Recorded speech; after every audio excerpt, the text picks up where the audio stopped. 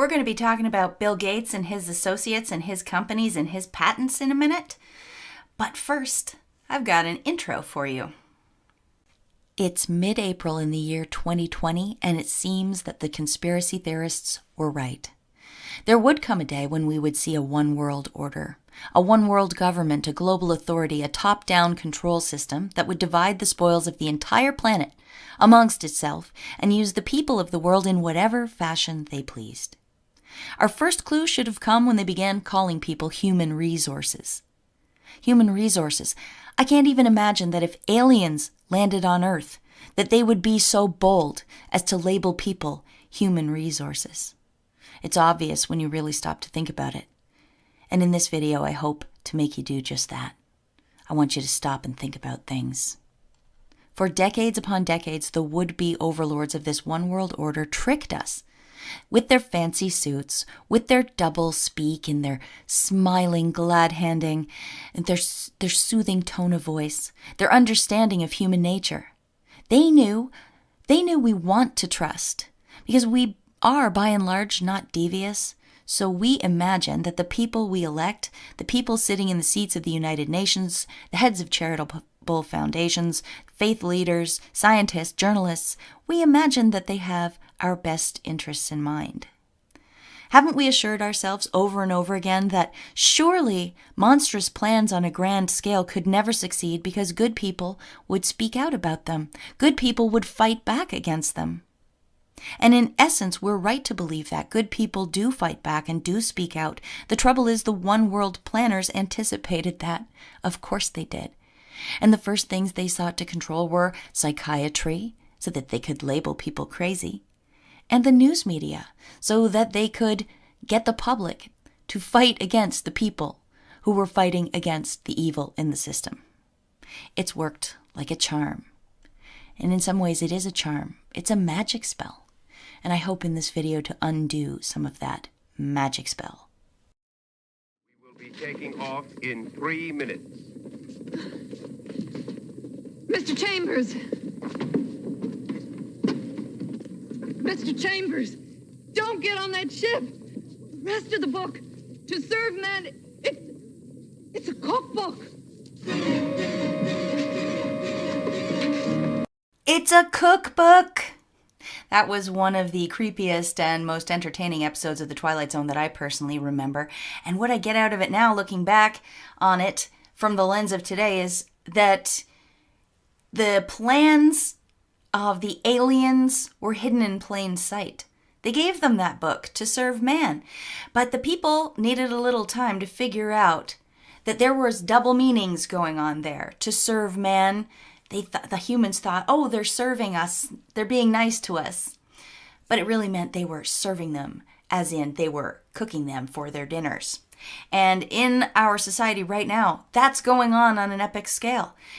They're telling you, the would-be controllers, the aliens, so to speak, are telling you in plain language what they want and what they're doing. But we, the sleepwalking among us, the trusting and naive among us, we are reading it through our interpretation. They have a different interpretation for some of these things, and basically their whole scam is a big veneer.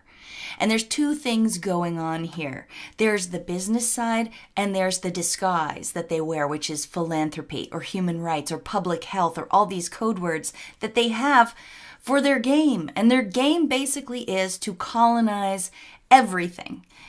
And since they've been so successful at colonizing all the regular things you can think of, now they're on to colonizing our bodies and our minds. And I mean that very literally. So today's video, we're going to be looking at the prime example that's parading around the world right now.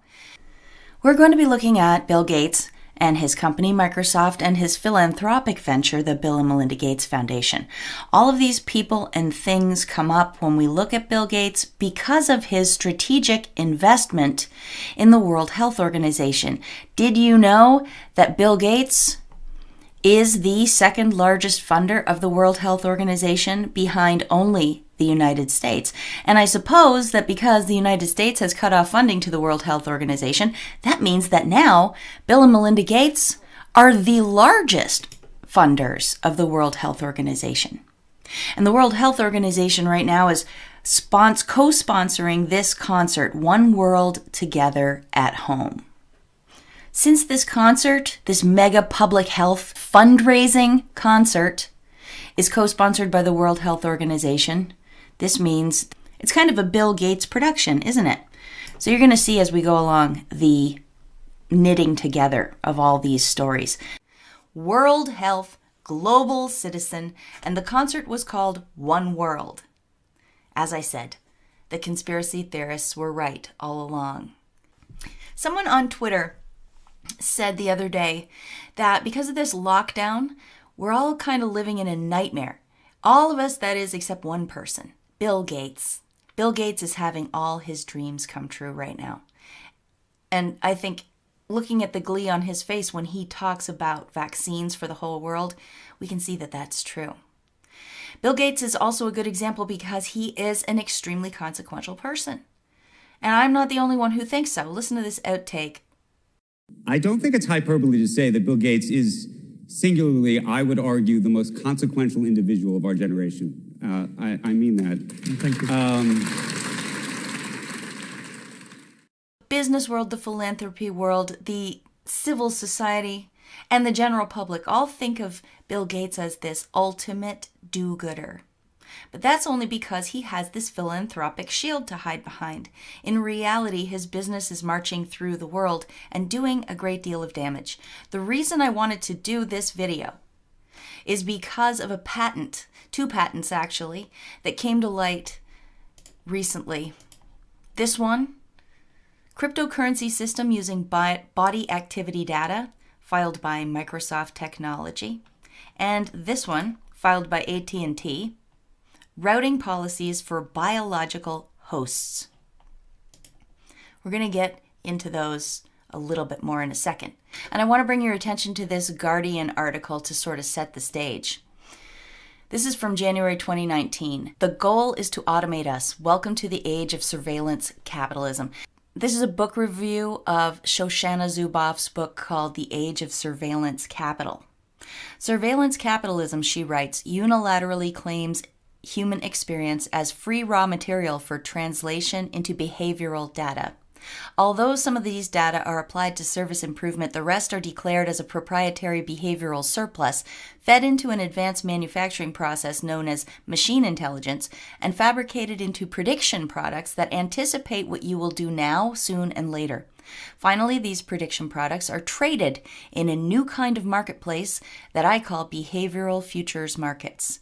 Surveillance capitalists have grown immensely wealthy from these trading operations, for many companies are willing to lay bets on future behavior. You understand what that means? They have ways of getting into us and reading everything about us. And they're going to basically make a casino that is built around human behavior. This is a whole new financial market for them. And it really doesn't go much deeper than that. It's about money and it's about control, as it always is. Now, I argue that they wouldn't be able to do this stuff if they hadn't first degraded humanity. And I believe the way they've degraded humanity is through the culture. And they've done this in many ways. One of the ways is they've redefined values. Here's an article from Vox. The past 20 years of culture wars explained by the word wholesome. It's a fascinating article, but keep in mind it's written from a far left perspective. Still, they give away the game in this article to me. Let me just read some of it. Wholesomeness as we're using it now means friends supporting friends. It means valuing kindness. It means not judging simple pleasures. And while just a few short years ago, wholesomeness might have suggested a regressive nostalgia for the 1950s, today's wholesomeness is determinedly progressive. If we're going to have wholesome family values, the thinking seems to be, they're damn well going to be diverse and multicultural wholesome family values. Can you even... everything in that paragraph makes me want to slap the author, especially when they use profanity to proclaim that the progressives have overtaken the word wholesomeness and the idea of family values. I will continue reading. This is the story of the rise of aspirational wholesomeness and the world's slow transformation from a stale signifier of evangelical morality in the 90s and 2000s to trendy buzzword in the 2010s. It's the story of our ever-changing language. Yes. And it's also a story of a major shift in the cultural mood. It's the story of the rejection of evangelical purity culture and the left's embrace of sincerity in the face of the rise of the alt-right. You see what they're doing there? First of all, they're admitting that this is about redefining words. That is so key. I'm really a word person. Words are magic. And secondly, they keep tying the idea of old traditional family values with evangelical Christianity and with the alt-right. You see how they're doing that? They're making it that this is how they repossess words and then redefine them. They associate them with things that people already are trained to dislike. More from the article. By the late aughts, the left was pushing back vigorously against the evangelical right's love of all that was pure and wholesome. All you have to do is take out the words evangelical and right, and the sentence has a different meaning. You'll see it for the bizarre surreality that it is, the inversion. By the late aughts, the left was pushing back vigorously against the love of all that was pure and wholesome. Magic. Magic. By 2014, wholesomeness had effectively severed its ties with evangelical purity culture. Well, they're setting up a straw man there. Wholesomeness has to do with wholesomeness. It has nothing to do with evangelical purity culture, except for the fact that they're going to use that to try to make everybody reject it. It's so obvious once you spot it. And I'll just finish with this. 2014 is when Honey Maid debuted its wholesome commercial, which suggests that by then multicultural and progressive wholesomeness was emerging as a saleable category. Honey Maid may have had strong social convictions about its wholesome ad, but Honey Maid is also a for-profit business. It would not have produced the ad if it didn't have good reason to believe it could make money from it, which means that by 2014 at least, some brands had concluded that wholesome was a word people would spend money on. Wholesomeness isn't a thing in itself for these people. It is only a means to make money. And you can see Bill Gates doing that everywhere he goes. He uses the Bill and Melinda Gates Foundation to hide what he's really up to. Okay. I said it was the patents that made me very upset and prompted me to make this video, so let's have a quick look at them. Cryptocurrency system using body activity data. They are saying here that an information service provider will give a user a task, and then the brainwave or body heat emitted from the user when the user performs the task can be quantified. The tasks they suggest might be viewing an advertisement or using certain internet services. Why are they doing this again? As a solution to mining challenges in cryptocurrency. See, it takes an enormous amount of energy to mine cryptocurrency. And while they will call going into coal mines or gold mines cruel, somehow this is progressive and wholesome. On the next page, it goes on to tell you exactly what they mean. The body activity may include, for example, but not limited to, radiation emitted from a human body, brain activities, body fluid flow. They are saying blood flow, but why would it be limited to that? I can think of a certain activity that goes on a lot on the internet that generates body fluid. Can you imagine if they monetize that and make a market for that? They actually make a market for that. Organ activity or movement, body movement, and any other activities that can be sensed and represented by images, waves, signals, texts, numbers, degrees, or any other form of information or data. Examples of body radiation emitted from human body may include radiant heat of the body, pulse rate, or brain wave. Brain waves include gamma waves, beta waves, theta waves, delta waves, and alpha waves. So they've got it all covered. How do you like that? This is what Bill Gates, Microsoft, is really up to while he goes out there and pretends to be the biggest humanitarian on planet Earth. He's a humanitarian in the same way that a vegetarian is a vegetarian, if you know what I'm saying. And here's the AT&T patent. I'm not going to be covering AT&T at all in this, but I just want to show you what it is. Routing policies for biological hosts. Hat tip at human_internet1 from Twitter for posting this. Likewise, one person's body area network may communicate with a different person's body area network. Indeed, one person's neurological area network may communicate with a different person's body area network. As one person's intra-host networks are addressable, different people and animals may conduct inter-host communications. In more simple terms, one person's brain may control another person's body, and vice versa. Plain enough for you? This is shocking. I mean, they have been trying for mind control forever. Here's the CIA's reading room, their FOIA documents pertaining to it, MK Ultra mind control experiments. They're real. They're a real thing. I don't know if people still think that that is a conspiracy theory, but it's very, very real and it's been going on for a long, long time. Well, these patents are the realization of that dream and more. This is our whole body. This isn't just influencing the way we behave through psychology and drugs. This is the whole shebang. This is all of it. Here's an example. This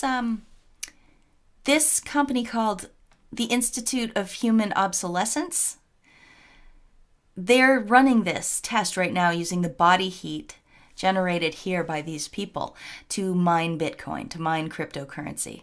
The guy's name is Manuel Beltran, and he actually doesn't seem like that bad of a guy, even though he is working on this, but he considers himself at least to be an activist to try to get people to take control and ownership of their own data before the big corporations do.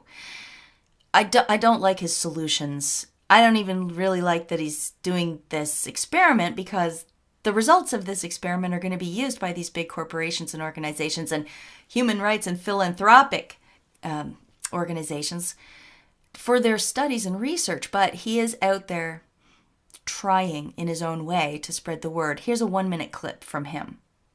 Personal data? Is it the same to speak about the data I produce or the data of a rock, of a light? These are questions that right now are intrinsically and urgently important. Let me give you an example of what I think might happen in a few years. Right now, we are discussing the business models of Google, Facebook, and so on as if they are just selling advertisements, okay? What is actually happening, the end business model of these companies is to build AI services. AI services that are going to soon be replacing, as we saw in the previous case of Uber, are going to replace transportation, are going to replace healthcare, are going to replace education. Do we want to live in a society in which a few private actors are controlling not just our social media platforms, but the whole of our public infrastructures? And this is what might happen very soon if we don't gain ownership over this production of data. He has a pretty strong accent. I hope you can understand what he was saying there. But you can see where this is going. I don't know about you, but I don't want to lie passively with monitors on me all day earning my cryptocurrency. It really does go back to that video I did called They Hate Us, where I said the energy field that they're going to be able to harvest after, if they do get rid of fossil fuels, is going to be human energy. And here it is. And this is my nightmare. So excuse me if this is a very long video, because I want to show you what I see when I look out there. Who would do this, right? Who would do this? You couldn't stand to just be passively waiting for instructions from your smartphone or internet connection all day to do tasks to earn Bitcoin. People would go crazy. There is an answer to this question. How can we get people to do this without going crazy? Well, it's virtual or mixed reality.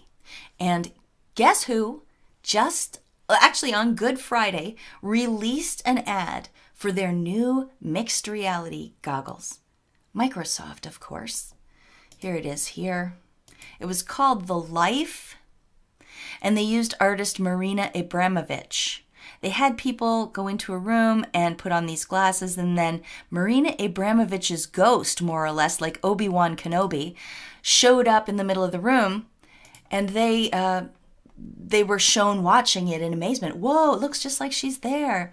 So these are the goggles by Microsoft, and this was the ad they put out for it in association with Christie's. So very, very big money deal here. Art house, auction house. The thing is, when Microsoft released its ad on YouTube about this whole thing, I don't think they anticipated that real humans who had not been saturated with this high-tech Frankenscience, regular people are not in that milieu, and regular people did not like it. They also did not like the artist, and we'll get into that in a minute. Marina Abramovich, nobody likes her either. This is what happened. Here's their video. Marina Abramovich presents The Life in Mixed Reality, Microsoft YouTube channel. It uploaded at April 10th, and by April 13th at noon, it had 24,000 thumbs downs and only 625 thumbs up. That's what they got. That's how much the real public liked this idea. After they took this ad down, Marina Abramovich ran to the New York Times and cried, "Oh, the mean conspiracy theorists are picking on me. Marina Abramovich just wants conspiracy theorists to let her be." This is April 21st, yesterday or the day before. But even in the article, they show why we don't like her, why real people, sensible people with good moral character, we reject this. Spirit cooking. Mix fresh breast milk with fresh sperm milk. Drink on earthquake nights. Gross. Cut with the knife deeply into the middle finger of your left hand. Eat the pain. And this is all pig's blood splattered on voodoo doll looking things. So people don't like it. And she's saying she's not. I am an artist, not a Satanist. But first that spirit cooking thing, and then this piece she did where she laid down in a flaming five-pointed star. Another one where she carved the five-pointed star into her stomach. She says it's a communist symbol she had grown up with in Yugoslavia, not a satanic pentagram. Well, you know what? There's an argument that those two things are the same. So it's not really surprising that she grew up with something like that represented communism.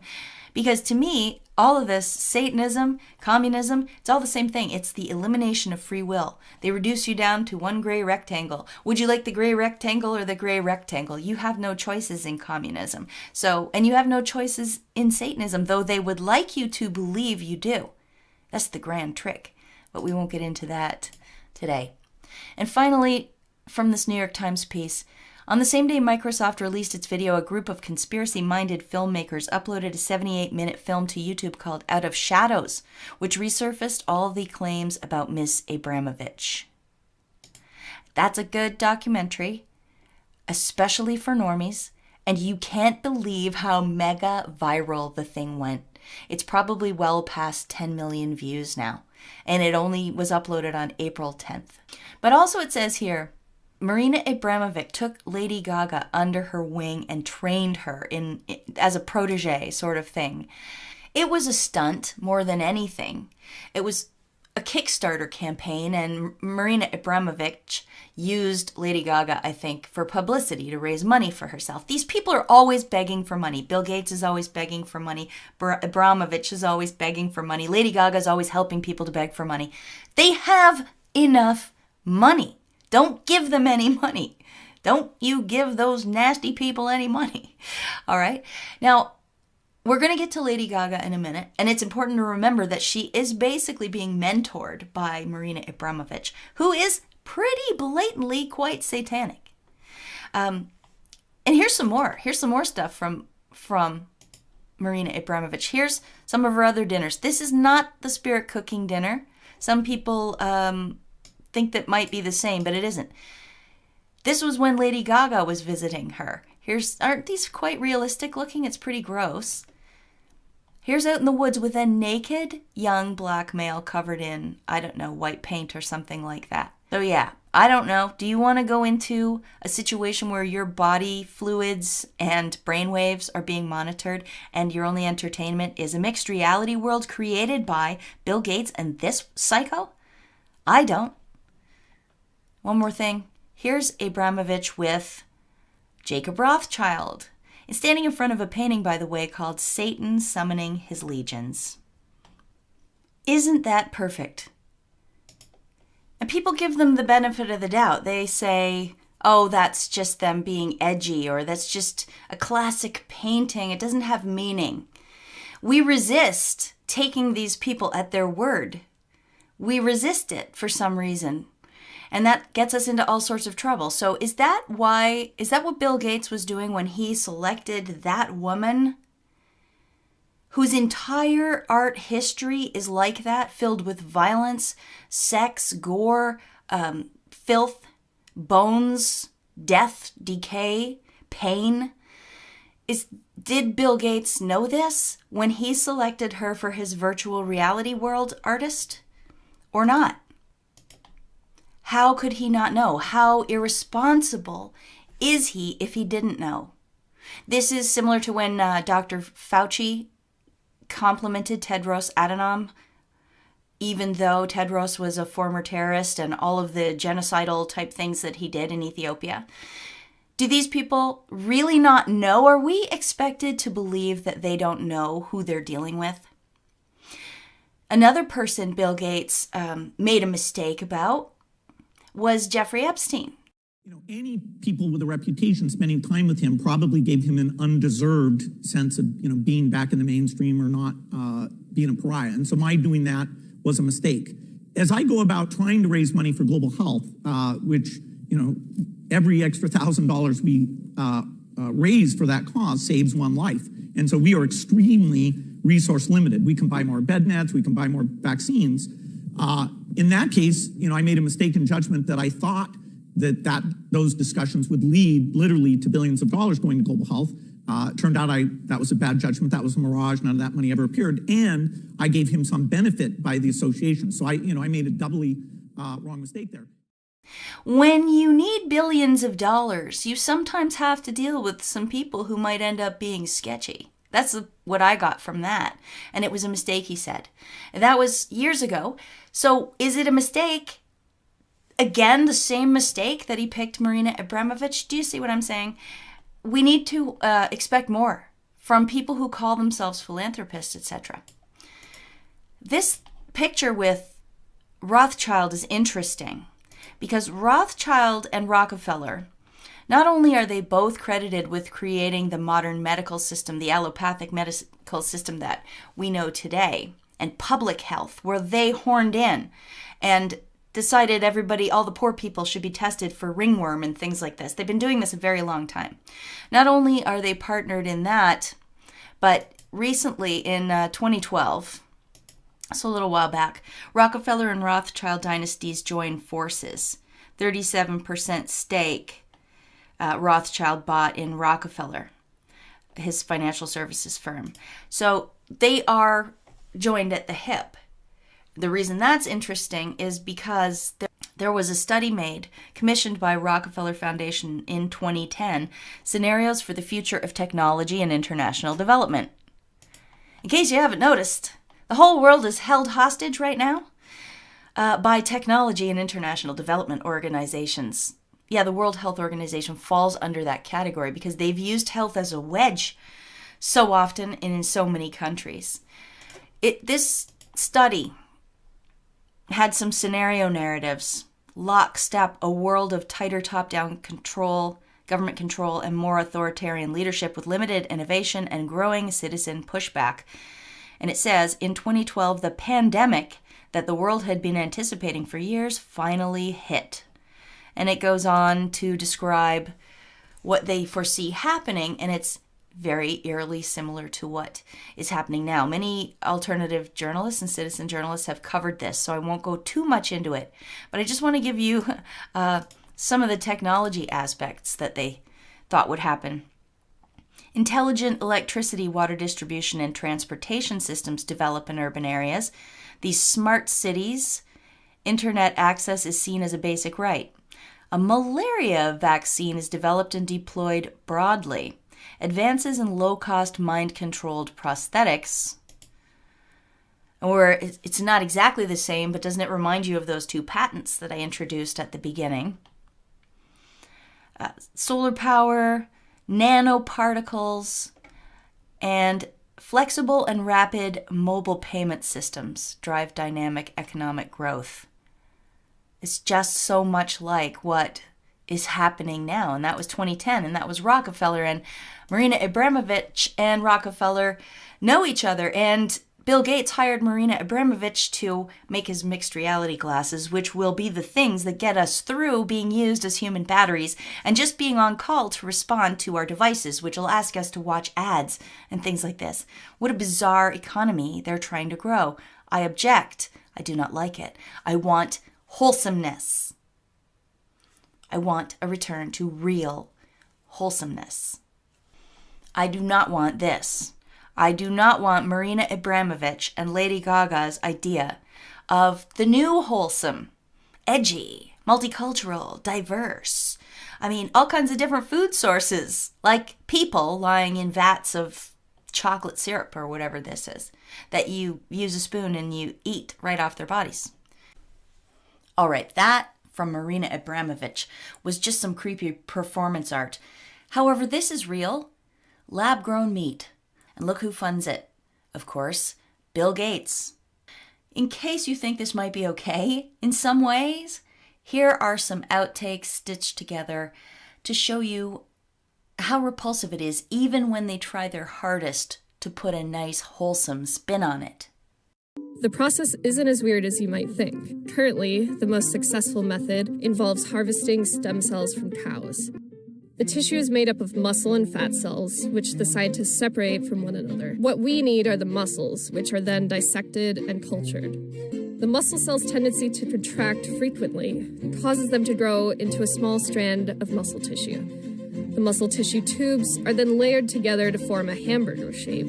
The price of lab-grown hamburgers has already dropped from $325,000 to just over $11 per patty. Do you see those costs? How can this be economical? Why do they want to do this? Why can't we return to small local farms? That would be better, right? That would be wholesome. But they have redefined wholesome, as I've said. They've degraded humanity. And part of that was the art. So let's get back to what we were looking at before this lab-grown meat interruption. Lady Gaga, protege of Marina Abramovich. Look at her image. Here's a meat dress. Of course, she's famous for that. This is a really good one. I believe that's her. Maybe it isn't. She's lying in a bed with a burned out skeleton looking like a prostitute. But Lady Gaga loves to dress up like the Baphomet. This is the Baphomet. This is the big symbol for the Satanists as far as I know, besides the 5-pointed star. And here's Lady Gaga constantly impersonating it. During each concert on her Monster Ball tour, Lady Gaga was clear about the one thing she hates. She says, "I hate the truth." Here's a little montage. I hate the truth. I hate the truth. Does anybody here know what I hate? Just a little bit more than I hate money. I hate the truth. In fact, the truth so much, I'd prefer a giant dose of bullshit over the truth. This is subliminal mind control. This is a way to move away from redefine wholesomeness. This is unbelievably part of their redefinition of wholesomeness. It's seeping into culture everywhere. This is drag queen story hour. Doesn't it remind you of those Lady Gaga outfits? They want the kids. When you think about it, what do the kids today, say from, I don't even know, maybe 20 years old and backwards, do they have any examples of actual wholesomeness? You know, television shows and music that are devoid of sex, that are devoid of the totalitarian government talking points like climate change and open borders, that are devoid of violence, that are devoid of blood and gore, that are devoid of alternative lifestyles. It's been a war on wholesomeness. And this is literally what they've replaced it with.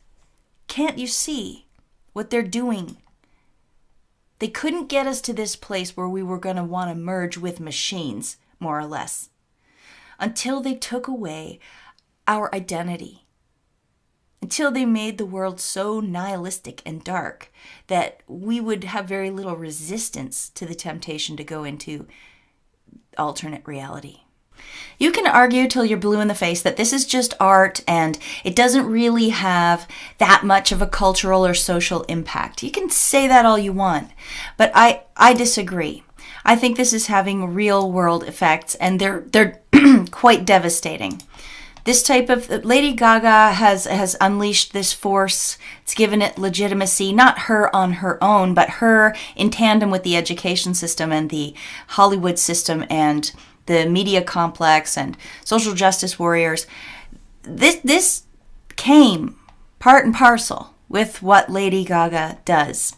And these kids are real kids, and they're really being exposed. I'm going to show two clips back to back here. One is from a show called Growing Pains. I think it was in the 80s. And it was about a family, and they have a young son. So I'm going to show you what a boy that age was like back then and how it was represented in culture. Then right after that, I'm going to show you a real-life YouTube broadcast featuring this drag kid called Desmond is Amazing. And I want you to tell me how sad it makes you. Or do you think this is fine? Do you think this is fine?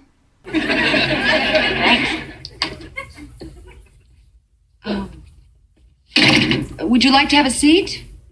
I'm Maggie, Mike's mother. This is Jason. Hello. Ben.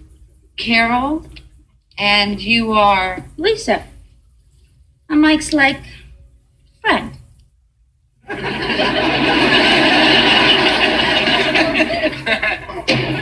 have to forgive him. He doesn't like girls.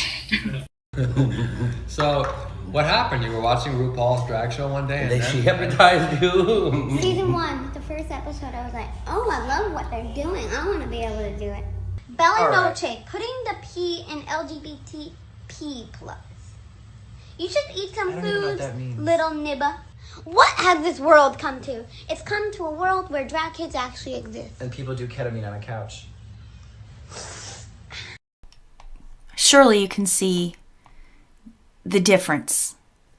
This led to this, which I say led directly to Desmond is Amazing.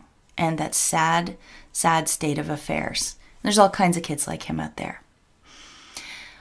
What is Lady Gaga doing now? Of course, she's partnered with Joe Biden in their own little version of the Me Too movement.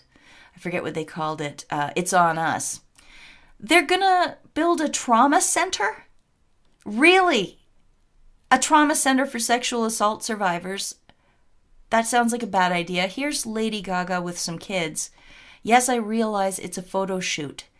But again, they're drinking fake blood out of bottles. She's got blood coming out of her mouth and on her neck.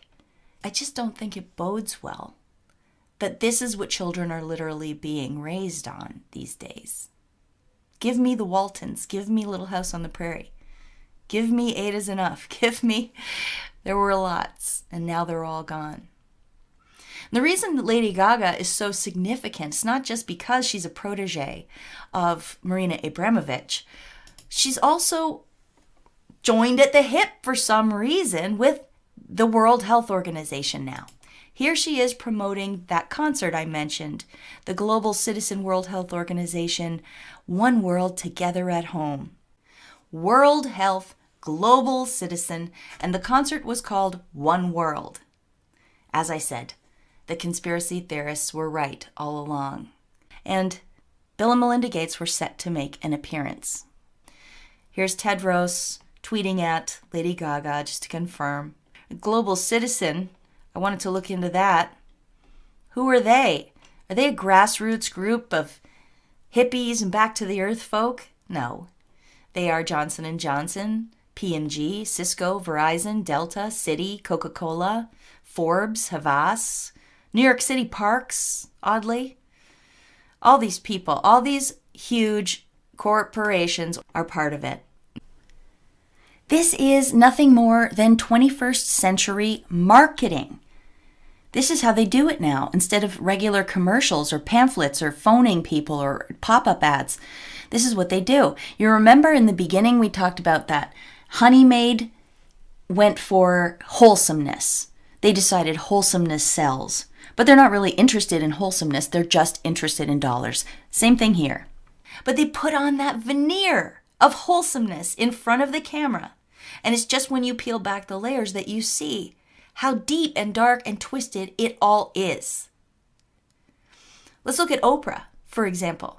She's involved in this One World Together at Home concert too. Of course she is. And she and other stars here got together and they gushed that Tedros Adhanom, director of the WHO, is a superstar. Yeah, he's a superstar, all right. A superstar genocider, a superstar non-doctor, a superstar former Marxist terrorist. I wonder if they know that. Well, they don't really care, and that's what we're going to look at with Oprah in a second. She has other ties to the people involved. Let's start with Lady Gaga. Oprah's paired up with Lady Gaga for this sexual assault thing. Oprah bawled like a baby. "Thank you for doing this," she said to Lady Gaga backstage. I wonder why. Why was she so happy to hear Lady Gaga say she's opening a trauma center and that she's decided to just accept that she was sexually assaulted and now she has mental health issues from it because she's going to take her pills and be a good little girl and deal with it. Oprah might be glad to hear that that's the direction that's going because Oprah has some skeletons in her closet. Singer Seal, who used to be married to Heidi Klum, accuses Oprah Winfrey of knowing about Harvey Weinstein's sexual misconduct. This was in January 2018. Why would he come out and say that if it wasn't true? Why would he? I don't have proof that it's true, but why would he do that? I wonder. Look at this picture. This is Oprah with Harvey Weinstein and someone in between. This picture may have just been shot at an inopportune moment. But boy, oh boy, if we take it at face value, does this ever tell the story? Harvey coming over to sample the merchandise and Oprah looking like she's offering her up. Kind of goes with this story, but as I say, it's not evidence of anything. What is a bit curious is when you add that story to the fact that Oprah was a booster of John of God. She went down to Brazil in 2013, and her presence at his compound and her subsequent TV special about it did raise his profile quite a bit. You can imagine. And he calls him a faith healer. He has no medical degree, and he performs surgeries in an effort, he says, to help the sick and dying. But he doesn't use anesthetic, and he's very, very brutal. It looks like, to me, that he just liked to torture people.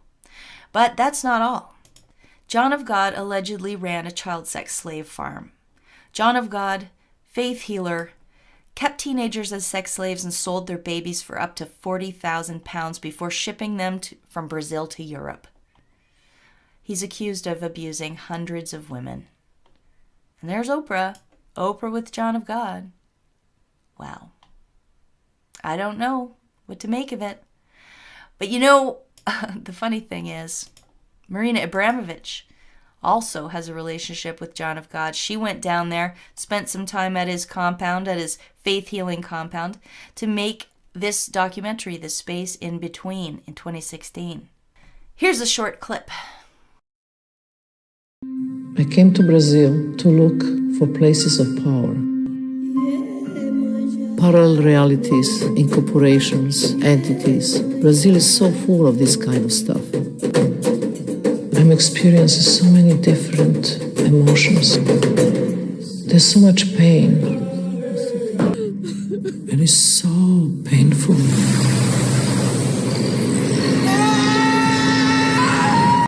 Why would Bill Gates select this woman? to make his mixed reality glasses. Why? Bill Gates partnered with the Clinton Foundation way back in 2006. Recently, the Bill and Melinda Gates Foundation awarded $750,000 to the Clinton Foundation to explore how best to deliver expanded access to drugs for HIV/AIDS. I think what you're seeing is the beginning of what you might call the first super NGO, says Richard Holbrooke, the former UN ambassador. And you see how I've got down here the PEPFAR and Global Fund logos? There's a reason for that. A little bit of good news. Listen to this testimony in front of a congressional committee.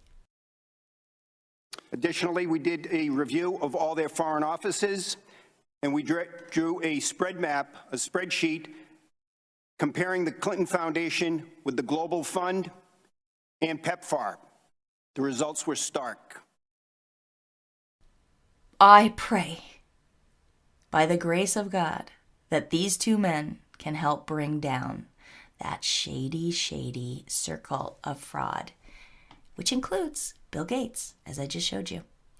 Do you know what happened in 2009? Talk about your veneer of respectability. UN Secretary General Ban Ki-moon appointed President Clinton as the United Nations Special Envoy for Haiti. Well, it just so happens that on the same year, the Clinton Foundation got involved in Haiti. And they had hurricanes there, they had earthquakes there, and the Clintons moved in to capitalize on it. And just to let you know, Bill Gates did too. In 2010, the Bill and Melinda Gates Foundation and the U.S. Agency for International Development announced that two of Haiti's mobile network partners, Digicel and Voila, will share a big grant. While Bill was special envoy, he helped coordinate the work of UN entities and other international partners. Isn't that handy?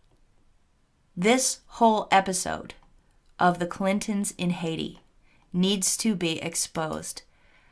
The people of Haiti deserve justice. I can't even begin to describe how horribly they've been treated by these predatory human rights and public health organizations. It's staggering.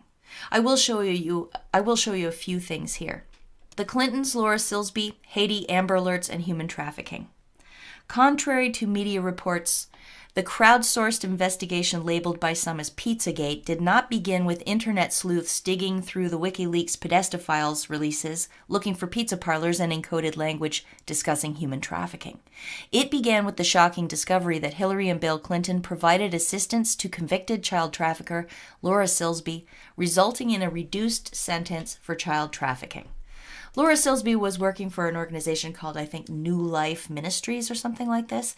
She went down to Haiti and she was caught red-handed trying to leave the country with 33 children from off the streets that she had collected. And they were going to just leave. They said they were orphans. They said they were going to take them to Dominican Republic and put them in a hotel, that they had no intention of adopting them out, by the way. So what was she going to do with them? Of course, the veneer comes along. New Life Ministries. We're going to take these little orphans and care for them and love them all the way through their lives, I guess, since she said, no intention to give them, adopt them out. So she got caught by the Haitian authorities, put in jail along with her whole team, and they accused her, probably rightly, of trying to traffic in children. Bill and Hillary swooped in, and suddenly everybody got released, and Laura Silsby got charged only with a much lesser charge. I forget what it was. You don't like that? You think that's internet rumor? You don't like this source, Disobedient Media?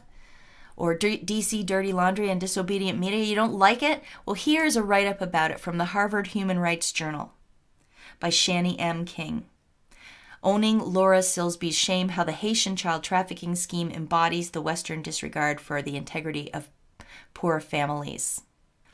The Haitian justice system, prodded in part by President Clinton's diplomatic efforts on behalf of the missionaries, determined that none of the missionaries were guilty of illegal activities except the leader, Laura Silsby, who faced a lesser charge of organizing illegal travel.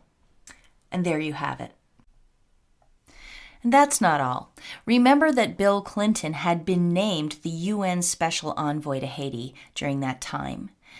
And as such, he was overseeing and coordinating the actions of the NGOs and the UN personnel that were down there. Well, this December 2019 article from the Daily Mail says UN peacekeepers fathered hundreds of children while serving in Haiti, including with children who sold sex for food. That's the results of their report.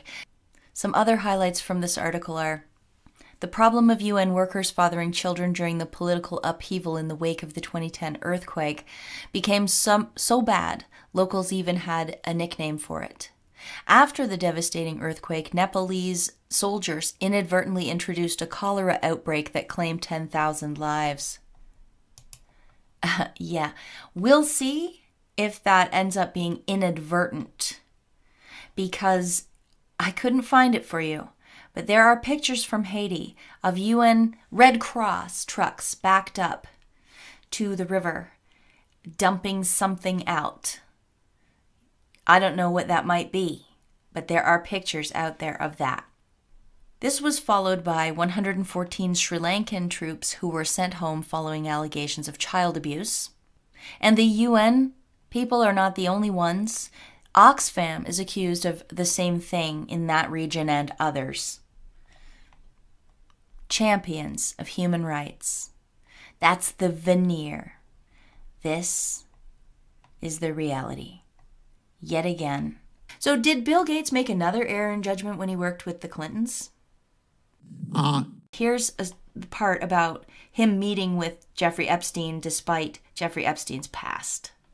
Beginning in 2001, Mr. Gates met with Mr. Epstein on numerous occasions, including at least 3 times at Mr. Epstein's palatial Manhattan townhouse, and at least once staying late into the night, according to interviews with more than a dozen people familiar with the relationship, as well as documents reviewed by the New York Times.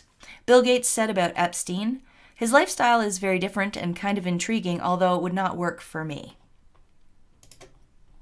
2 members of Mr. Gates' inner circle, Boris Nikolic and Melanie Walker, were close to Mr. Epstein and at times functioned as intermediaries between the 2 men. Walker met Epstein in 1992. He promised her a modeling gig with Victoria's Secret. She eventually was hired by him as his science advisor in 1998. In 2006, she joined the Gates Foundation. Well, wouldn't you know it?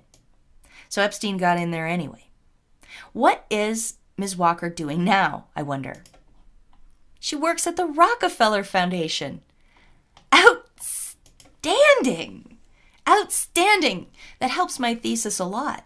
So this woman went from Epstein to Gates and then the Rockefeller Foundation. And if you recall, the Rockefeller Foundation is the one that created this document that I talked about earlier, commissioned in 2010, about the pandemic and how that would change society. Coincidence? How many coincidences can there be, really?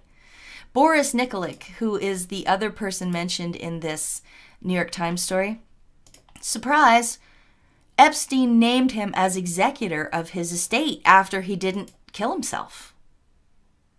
This one's really interesting.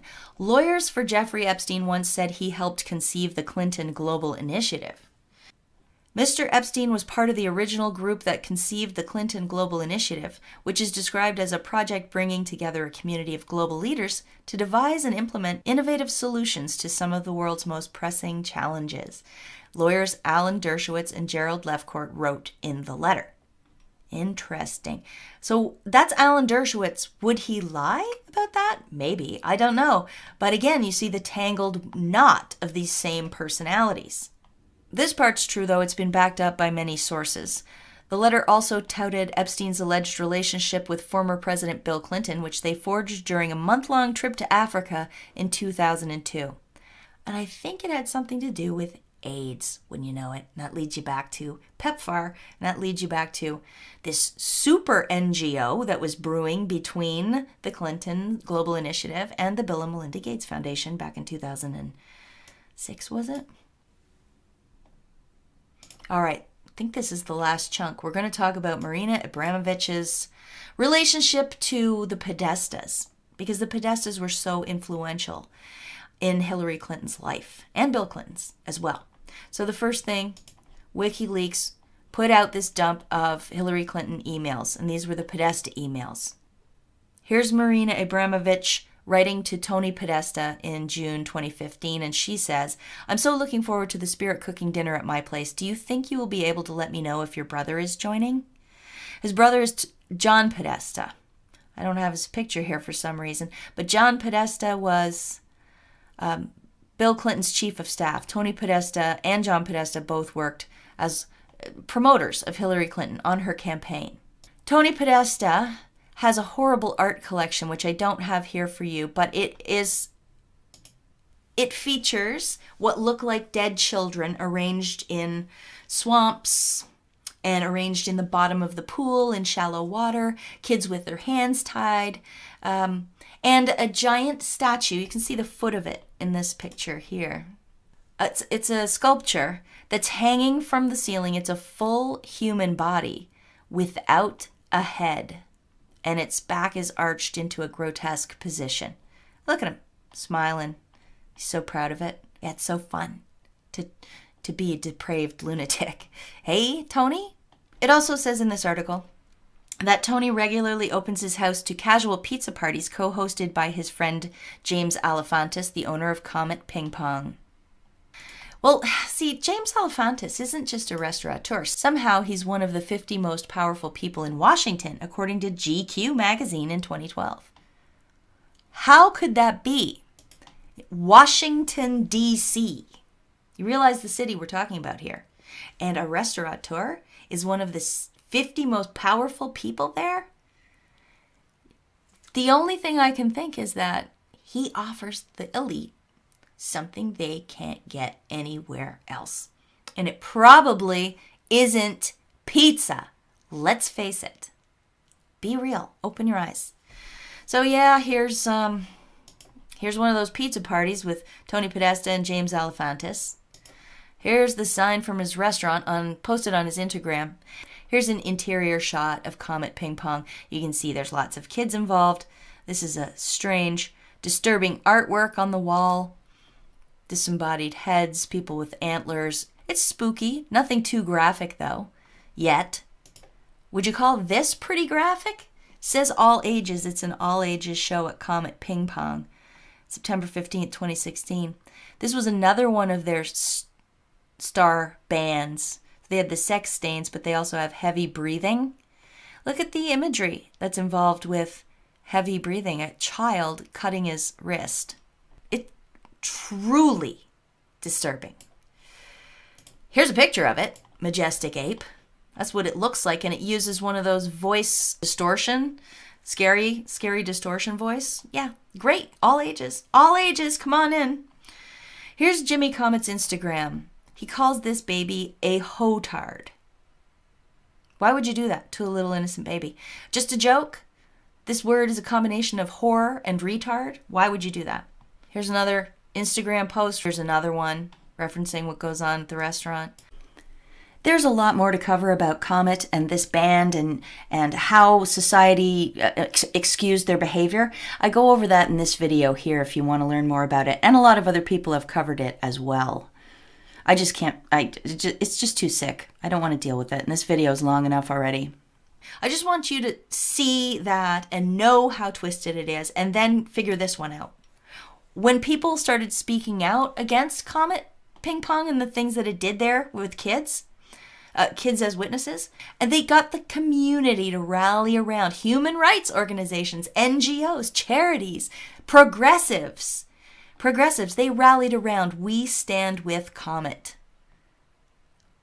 Why are they protecting these people? Why are they employing these people like Marina Abramovic? Why is Tedros Adhanom, of all people, head of the World Health Organization? Why is Lady Gaga, who clearly hates the truth and dresses like Baphomet and has mental health problems, why is she partnering with Joe Biden, of all people, to open a trauma center? What's really going on here? Well, I think it comes back to what I said at the beginning.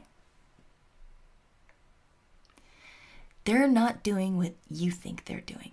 And they're actually telling you. It's just that you don't understand what they mean when they say the words. They have a whole separate meaning. To serve man, It's a cookbook. I have some more. Did you know that a man was arrested at Bill Gates' estate for reportedly trading child porn? This is 2014. Police arrested a Seattle man at Bill Gates' mansion for allegedly collecting more than 6,000 child rape photos. Rick Allen Jones, reportedly employed as an engineer at the Gates home, is also accused of trading pornography images via Gmail.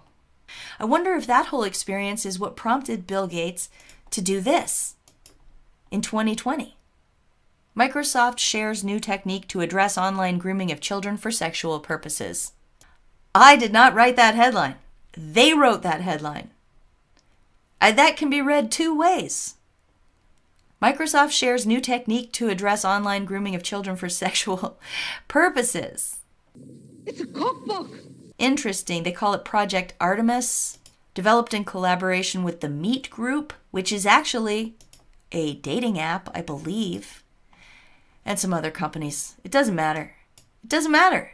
All it matters is they're trying to find ways to monetize everything. You really think that this is going to be any different? You think that Bill Gates is going to be suddenly a proper philanthropist when it comes to that? Why would he be?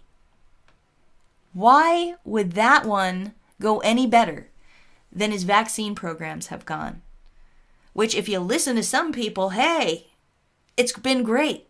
But if you listen to Robert F. Kennedy Jr., who's actually done the homework, there are hundreds of thousands of injured people out there, permanently paralyzed from his experiments with vaccines and other things, GMO crops. He does all kinds of things. He's into lab-grown meat.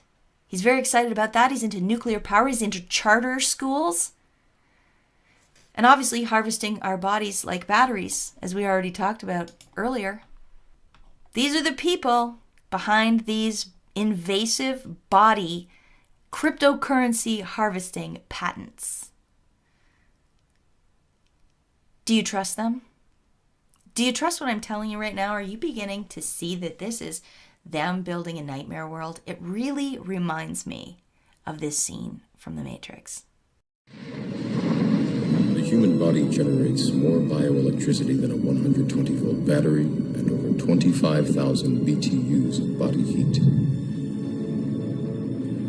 Combined with a form of fusion, the machines had found all the energy they would ever need. For the longest time, I wouldn't believe it. And then I saw the fields with my own eyes. Watched them liquefy the dead so they could be fed intravenously to the living. And standing there, facing the pure, horrifying precision, I came to realize the obviousness of the truth.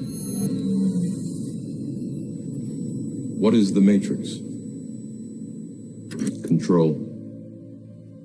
The Matrix is a computer-generated dream world, built to keep us under control in order to change a human being into this.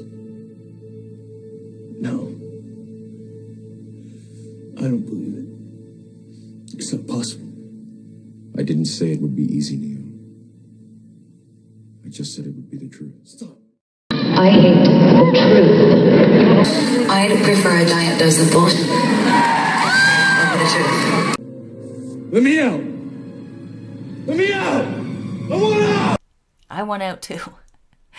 Who doesn't want to go back to sleep after you know this stuff? But the thing is, they will just continue this forward march that they have been doing. They will continue progress towards their end goal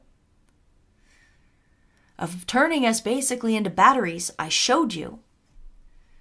They will continue that unless we stop them. And the only way we can stop them is if we wake people up. Are you waking up? You see how it's all business, it's all control, but it's covered with this veneer. Bill Gates strategically invests in the World Health Organization, which has incredible authority, especially in a time of pandemic. It can tell everybody what to do and who benefits. He does. But he's pretending it's all about loving people and being concerned about human well-being. That's how they trick you. That's the veneer. That's the snake in the tree. That's the double talk. That's the cookbook. In the beginning of this video, I read an excerpt from this Guardian article, the book that had been written, The Age of Surveillance Capital. Here's what the author says. If we fail to tame the new capitalist mutant rampaging through our societies, then we will only have ourselves to blame, for we can no longer plead ignorance. Just like vampires, they need your permission to come in. All this information's out there. They have admitted that it's a cookbook. Are we going to listen to them, or are we going to continue to pretend we don't know what they're talking about? Okay, everybody. Hold up. Sorry. This is long enough as it is, but I need to add this. This came in just as I was finishing up editing this video, and it blows my mind. It's a tweet from the Pope. Listen to what he says. When we are in a state of sin, we are like human bats who can move about only at night. We find it easier to live in darkness because the light reveals to us what we do not want to see. But then our eyes grow accustomed to darkness, and we no longer recognize the light. The double speak. That means one thing to us and another thing to his other audience. Human bats? Didn't I just say vampires? That they were like vampires? They needed to tell you their plans, and they needed you to give them permission before they could come in and do it. It freaks me out that he tweeted this. I just said vampires. And what are human bats? Human bats, I imagine vampires, don't you? And this, we no longer recognize the light. Like someone said, it's like he's confessing. He no longer recognizes the light. In fact, they fear the light. They hate the light. I hate the truth. The sun burns a vampire's skin. I don't know, this tweet is just unbelievable to me. Whew. Mind blown. All right, I'm going to stop talking now. If you would like to support my work, I do have a paypal.me address, which will be down in the description box. And I have a regular post office box as well, but it does not accept courier. It only accepts regular post from post office to post office around the world. So that's fine. And I thank everybody who has sent me things, everybody who has kept me in their prayers, everybody who has made a financial contribution. This is very much a group awakening, a group project. I am so grateful that I got to participate in it, and so grateful that I've gotten to know the best audience on YouTube by far. I love you all. Thanks a lot for listening. Until next time, peace out.